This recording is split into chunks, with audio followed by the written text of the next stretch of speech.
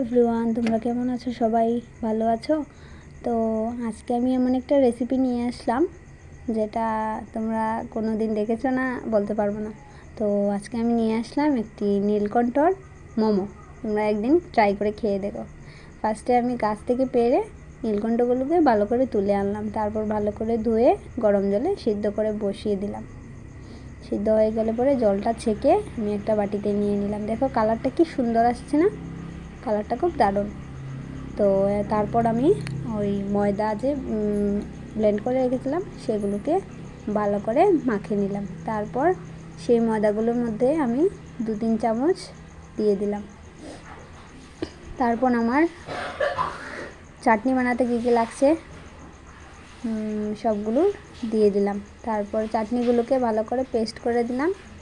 তারপর সোয়াবিন, ভিতরে যা পুরটা ঢোকাবো সেগুলো হলো সোয়াবিন, গাজর, টমেটো, শসা, বাঁধাকপি, কাঁচামরিচ। তারপর সেই পেস্টটাকে ভালো করে বানিয়ে নিলাম। আর আমার পেস্টটা ভালো করে হয়ে গেল। তারপর গরম জল বসিয়ে তার উপরে ব্রাশ দিয়ে দিলাম, একটু হালকা তেল দিয়ে ব্রাশ করে নিলাম। তারপর ব্রাশ দিয়ে ভালো করে চারিদিকে দিয়ে দিলাম যাতে মোমোগুলো না লাগে। তারপর ময়দাগুলোকে ছোট ছোট পুর বানিয়ে পুরের মধ্যে ওই সেই শসা সিদ্ধ করাগুলো সবজি দিয়ে দিলাম।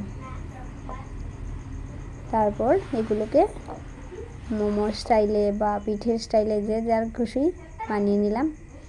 বানিয়ে নিয়ে সেগুলোকে গরম ভাপে বসিয়ে দিলাম। তোমরা দেখতেই পাচ্ছ কীভাবে ভাপ হচ্ছে।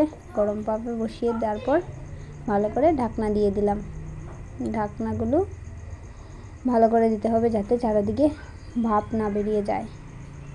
তারপর সিদ্ধ হয়ে গেল। তারপর সিদ্ধ হয়ে গেলে পরে একটা থালে তুলে নেব। তারপর তৈরি আমার মোমো। খেয়ে দেখবে কিন্তু কেমন হলো। ভালো লাগলে অবশ্যই লাইক, কমেন্ট, শেয়ার করে দেবে। বাই।